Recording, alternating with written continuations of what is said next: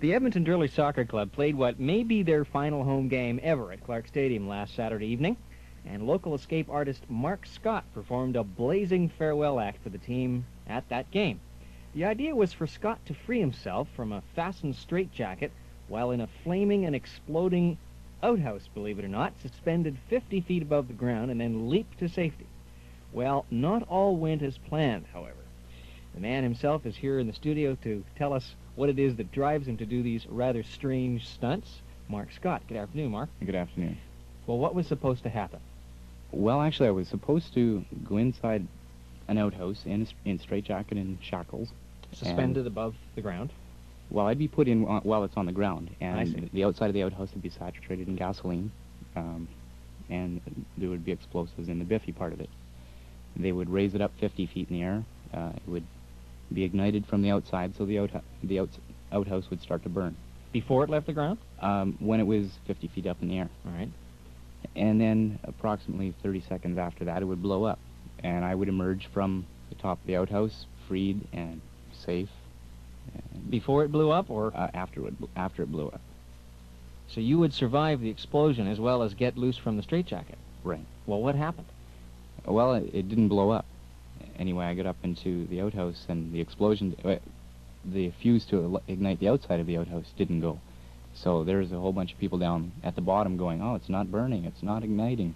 So I had to come out with the Bic, light up the fuel that was on the outside of the outhouse, and crawl, like I had already gotten back into the straitjacket. It takes me about 10 seconds or so to get out of it. I had to jump back into the straitjacket, get down, light the outside of it, and then get back up into the peak. Did anybody see you light the outhouse at that point when you snuck out No. from underneath?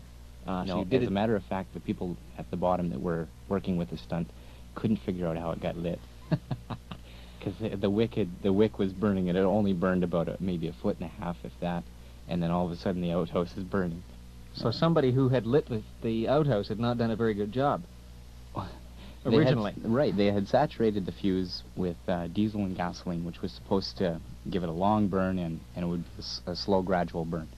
And I guess for some reason there was water mixed with it. So they tell me. And anyway, it wouldn't light. So I jumped down with the Bic. I lit the outside of it, and I jumped back up into the attic of the outhouse. And it started to burn, and then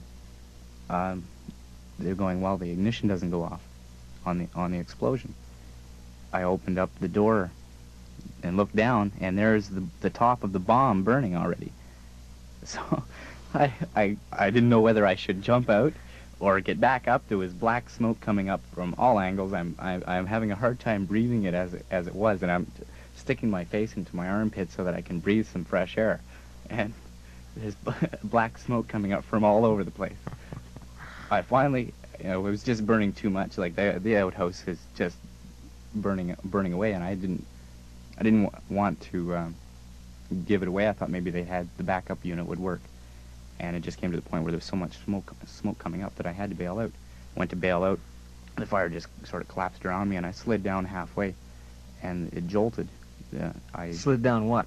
The rope that I used to rappel off of. Right. That is climb. Right. Yeah. When in the original performance of the trick, the explosion would happen, I would slide down the rope, and nothing. I wouldn't get hurt. What happened was the rope melted. And I got halfway down. I tried to untangle what rope was hanging there, and I jolted, and I guess just that jolt was enough to pull the melted rope apart from the outhouse, and I fell about 30 feet down. Any broken bones? I have a squished vertebrae. Oh, is that all? Yeah. Is that sort of what comes in the line of duty as a stuntman? Is this common? Are you the Evel Knievel of Edmonton? Have every bone in your body broken at one time or another doing these things? Well, I'd rather not. What's next on your agenda? Well, we were joking about what I was going to do next, and I was saying that because Edmonton had gone out of its way to get its own waterfall here, that maybe I should do the old Niagara Falls stunt and jump over the high-level bridge waterfalls in a barrel. But on fire or no fire this time? Either way, it would be idiotic. That I'll go along with.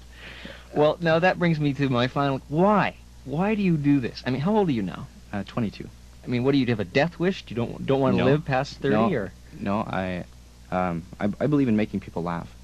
so the old smell the crowd and roar the grease paint. Right. Mark, thanks for coming in today. Best of luck to you. Thank you. We've been getting the ins and outs of the escape artist trade this afternoon, and we've been talking to daredevil stunt artist Mark Scott.